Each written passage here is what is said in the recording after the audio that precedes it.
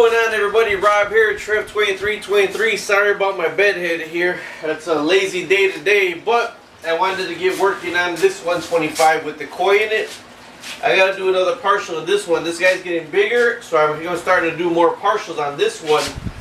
And this one right here, both tanks at a 125 just got the one up tube right here. That's actually a lees from part of this one that I took out. Look at him, he's mad at me now. Look at it, see him attacking me? Alright, but for this one right here, I went with a Penn Plax. This is for a 55-gallon Penn Plax. And if you see the shape of the things, there's they're triangular shaped. So the thicker shape goes towards the back. Why I like these Penn Plax over the lees, well, so far that I'm thinking from what I read on the thing is they clip together on the side. So even if you have one tube, everything flows through both plates. There's going to be 2 plates on this side and 2 plates on that side. But with the lees, there are 5 or 6 individual plates, so each plate needs its own up tube to get the filtration. Alright, another thing I went with was a Fusion Quiet Power, the Fusion 500. It doesn't say for what size tank, but a Fusion 500 says for up to 7 ornamental air stones. So right now I have a Whisper 150. There's 1, 2, 3, 4 things going, and a little cheapy one right here. Now I bought these actually at Meijers because they were cheaper at the big box pet store. So I don't know if you got a Meijers grocery store around you, but the stuff was cheaper there. Now with the gravel, I got 25 pounds of gravel for $19. So I got 5 more pounds for $5 less at Meijers. 5 more pounds for $5 less at Meijers. And the bucket is here because I recommend you clean your gravel really good. Like, clean it out, rinse it with nice warm water. Doesn't have to be cold or hot. Then drain it and do that at least 5 times. And I don't want to shock this tank. That's why I didn't shock it when I first put this tank up, because I didn't clean the gravel at all, and I didn't clean the filter at all, and I took 10 gallons out of the 55-gallon tank and put to the side. So this gravel went right in here with the plate and with all the regular bacteria from the other tank with 10 gallons of the water. So I am going to drain some of this water because when I put the 25 pounds of rocket, it's going to go higher. But I got to take all this down. Watch my video. I made the lighting in the top for it. And let me get closer to the tanks and I'll start going. Alright, I got to squeeze this in the beginning. If you are putting an undergravel filter and it is your first time setting up the tank, I'm doing this video, but this tank is up and running and it's already stable. If you're doing this the first time, don't rush and throw the fish in right now. The tank actually has to build up bad bacteria so it could actually keep the tank clean and not kill the fish, not be dangerous. Use stress coat and let the sucker run for like 5 days or a week with nothing in it, and don't put 10 fish in it at once. Put like 1 or 2 fish in it at a time, because you could also shock a tank by putting too much fish in it, and it could kill it if there's not enough bad bacteria to filter out the fish's mess. Alright, here's the video. Squishy right here. It's a 4-year-old Pacu. It's a 4-year-old Pacu in a 125. I just got a shop light above his tank, and I got to clean all the stuff off. As you see, his tank just came upon putting everything. Let me see if I get him out again. He tears up his tank though. And then this right here is marbled crayfish. This right here is the pea pod puffers. One of the light bulbs blew out in this tank. That's the pea pod puffers. Yeah, they're right there. They're pretty friendly actually. They come right to the top, but they say don't put anything else in with them because they're aggressive. And here's the koi. You see the white LED makes the tank look so much better. So this is kind of going to get a partial, really not a partial, maybe about a quarter, because I'm going to drain a quarter of the water. And they actually uncover the plates by themselves. So these are the koi right here. So I'm going to start by putting the python on and draining some of that water. Alright, so I have the python on, but you see the plate that I had really didn't have a lot of rocks in it. But look at underneath the plate. It's really dirty. And with the python, you can get all that up without mixing up the, you know, to have your tank all dirty. So I swear by these pythons. And see, it gets it spotless. So I am going to have to move all the rocks to one side when I put the Penn Plax Undergravels in here. But this is just going to have 2 upstreams and a Marineland 450 on the back. But with this python and having this downstairs, I really am able to get down here and do a lot of partials in here. I mean, I love the fish, so this is kind of a nice hobby of mine. So let me get this drained out, then I'm going to move all the gravel to the side. Now I'm just trying to get it down a little bit and get some of the dirt up from there so it's not floating around in the water. Like I said, I don't want to shock the tank. If you do a full partial and then add more rocks, that may shock the tank. I don't want to do that, so I'm just draining enough to put the rocks in, because I'm going to mix the new gravel after I clean it with the old gravel and put all the plates down just to hold the plates down. And then every week I'm going to put 25 more pounds of gravel in there. And this other plate, after I do, that's the plate I took out, I'm going to put back under his so he could have 2 upstreams over here also. But like I said, with the python, it makes it so much easier. It's hooked up to the sink and it's draining the water.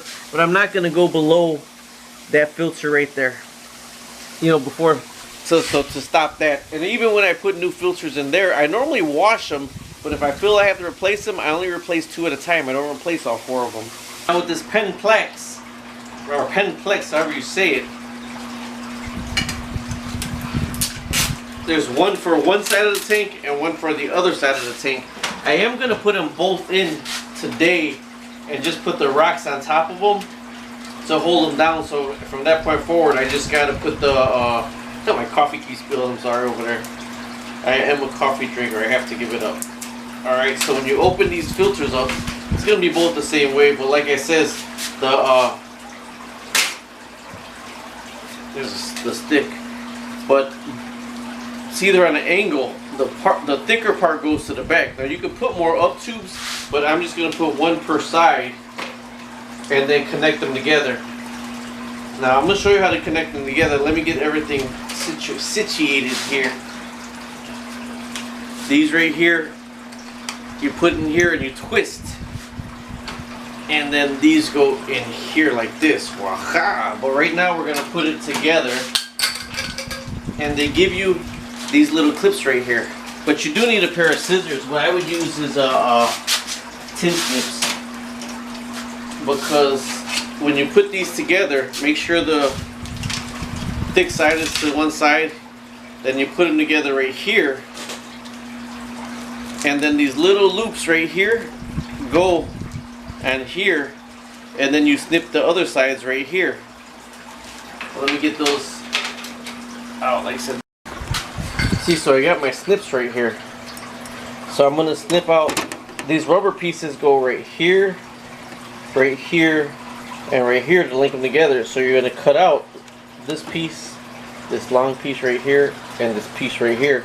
So at one up tube, it could filter those 2 plates of rocks.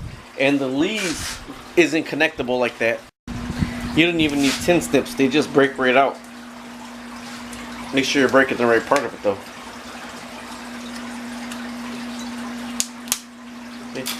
They break right out, and then these rubber pieces hold them together. There you have it, Bob's your uncle. Now, when this is like this, with 1 up tube, it'll bring the water flow underneath both these plates, as opposed to what the leaves does. So I'm just gonna have 1 up tube all the way in the corner with 2 plates on this side, 1 up tube all the way in that corner with 2 plates on that side. Now you can get the whole thing like this for the 125. This was $16. That was $100 or $70 or $100 for that one. This was $16.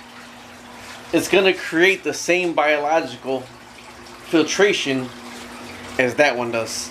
Maybe not as much, but on that one I just had I started out with 4 tubes and I went down to 1 because he kept breaking them on that one. Now I'm going to stick my arm in here. You see I got my little stool. I'm going to move all those rocks all the way to the side for like 2 plates, and then I'm going to put that in there. Oh wait, no, not yet. I want to put the tubes on right now, so let's do the tubes. I got it down here because this is what you really need to look at. So this is the tubes right here and the up piece. Now I'm not even putting these charcoal pieces in right here. They're in here. I like to rather flow so I can get the flow. I got the charcoal in the back filter anyways. Alright, but they got a little ring on it because this little ring goes on the inside and that's kind of what holds it there like that. Alright, and then this part right here, this little air tube, the air stone, goes right here. And this is what creates the upstream. The air bubbles, when they flow up, they actually bring water with it and they create a water flow underneath the things and up the tube, and that's what creates your filtration. Alright, so you got that on like that. You connect your tube into here, and then this goes to the bottom, and this is adjustable really by about maybe 3 or 4 inches. You could adjust this up and down, and then there's little holes in here that you just put them in and you lock it, and that's good like that. So that is ready to go in here, and then you can adjust the up and down. Now that Paku broke this bottom plate over there, so that's why he's down to 1 right now. So I got extra pieces, so I'm gonna hook up 2. But if you wanted to, you could split the air lines and all that, and you can put another one back here. I'm gonna go with 1 on this side and 1 on this side because I dealt with broken air tubes. Like I said, I'm gonna go ahead and move the gravel all the way over right now and put the plate on the bottom and put some gravel on the top to hold it down. Alright, so what I did is I just kept moving it with my hand, and after I moved it enough with my hand, I kind of just took this right here to measure to see if that's enough. And once I get this all the way to the bottom, I'm going to put the rocks to hold it in place. Put it as far back as you can in the corner, because even though with this leaning forward, the dang meathead fish always break it. Now put the rocks on top. They'll fall to the side, they'll fall to the back, but try to drop them on top to put the weight so it can start putting pressure to hold it down, so you get more rocks on top instead of underneath.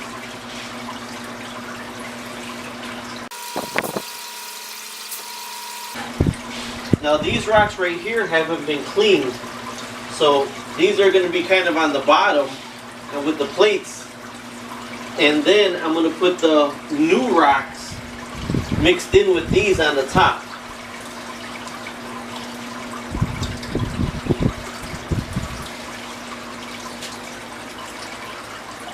And then once a week, I'm going to clean more gravel and put the new gravel in there. Of course, the same color.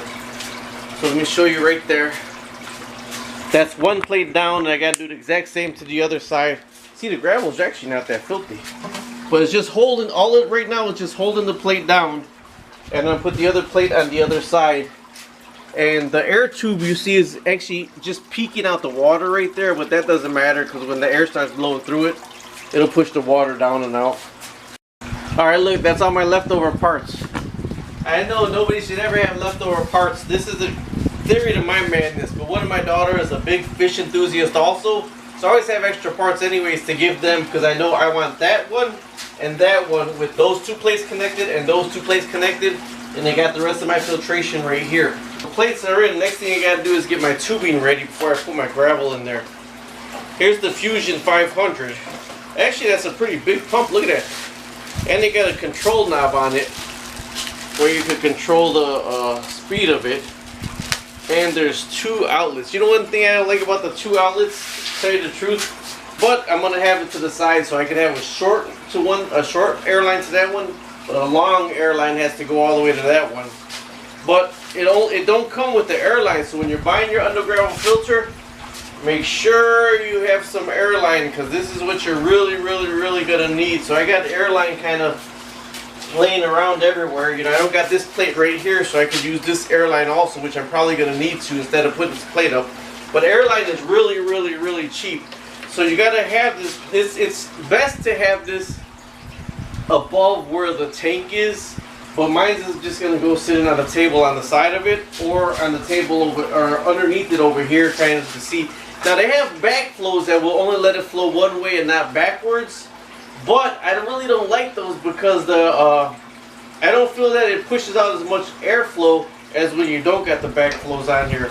So this is a Fusion, and you can put it all the way to high, which I always have mine all the way on high. So we got two airflows. This is a Fusion 500.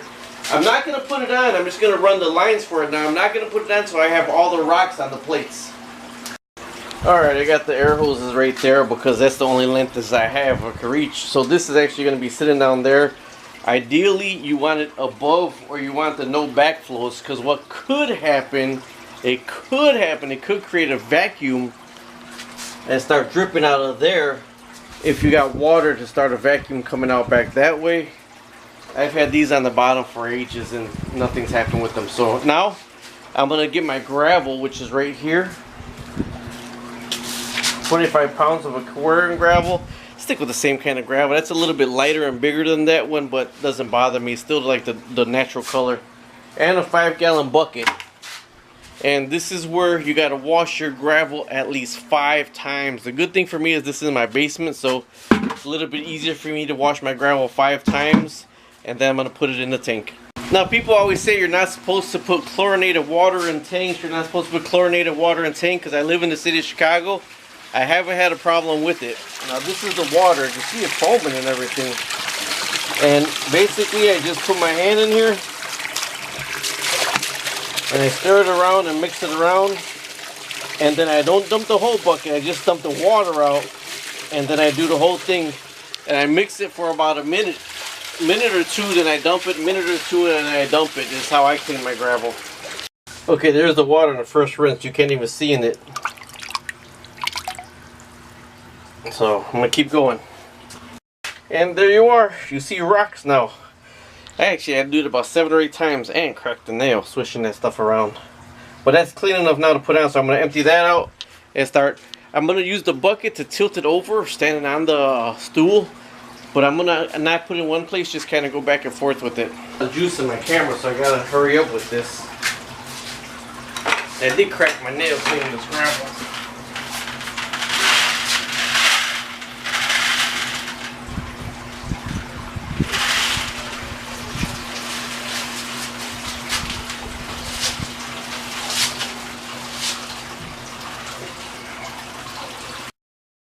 Alright, Houston, we have a problem. I did check everything. This Fusion 500, check the airflow. It's supposed to have 2 different lines that are working. One comes in through here and 2 flow out.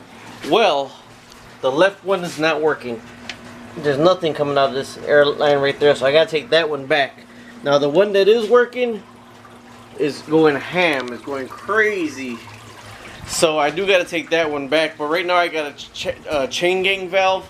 So what I'm going to do is put that into the valve and then split it to 2 for now. Alright, this is why I say you always got extra pieces. I had an extra valve right here. So the good thing is now I can put the pump up on the table, and so the pump will be higher. But I'm going to run it still because I do got to, you see the difference in piles right here? That's the new gravel mixed with the old gravel. It doesn't matter that there's really anything in the middle. There's new gravel mixed with old gravel over there, because you want the bad bacteria, or the bacteria that's in the gravel, to build and grow on the new gravel, and this way it makes a better biological filtration system. So this is actually probably going to need 50 more pounds of gravel for it to be a solid system. But for right now, I want to start building the filtration on both plates. So you see it's completely underneath that plate right there and right there. It'd be better in the light. So I am going to cut one of these lines down, put a chain gang on it so I can have 2 of the upstreams flowing until I find the receipt to take this back. And that's why I bought that one, because they had 2 outputs and I knew I was putting 2 here. Alright, so this is what I got. I just got my chain gang right there with 2 of them running. I shut these all the way. There's nothing coming out of these. 2. These are all the way shut. Righty tighty, righty tighty, righty tighty. And then this is I got the flow coming out of both of them. That one's not as much now that it's single. This one's going ham over here. Look at that one. And that one's not as much over here. So let me see if I can even those out. And you would do that by actually closing the other one. Righty tighty, you close it some, and then it'll get more air up in the other one.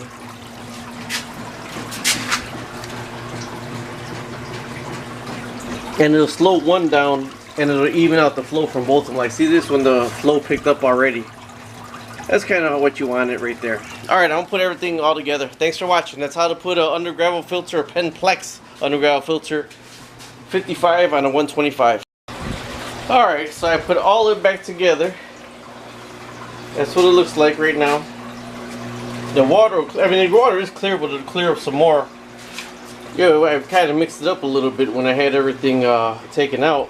You can see they're eating the plant, so all the plant stuck in that filter right there.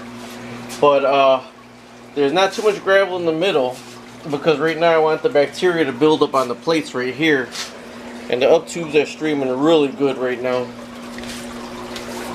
So I do like that filter, but that filter does have to be, I mean the pump, but it does have to be replaced because the only thing one is working. So I'm going to go ahead and where I feed the fish at, I'm going to put the python right in there just to fill it up. Alright, there's the python filling up right now. Alright, there you are. Bob's your uncle. Thanks for watching. Don't forget to subscribe, like, and share. I got 50 more pounds of gravel to put in there. That's what the tank looks like. It looks beautiful at night. And I'm going to have to clean all the freaking plant out of there because they're eating the plant. Dude, the one thing I forgot is the stress coat. 1 capful per 10 gallons. So I'm probably put 5 capfuls in there. I didn't do a complete water change. Probably do 2 or 3 capfuls because I didn't do a complete water change. I just did a quarter tank. Their colors look amazing with that LED light, man. That LED light really brings out their colors. And I'm going to clean half the tanks right now. Half the filters, the carbon.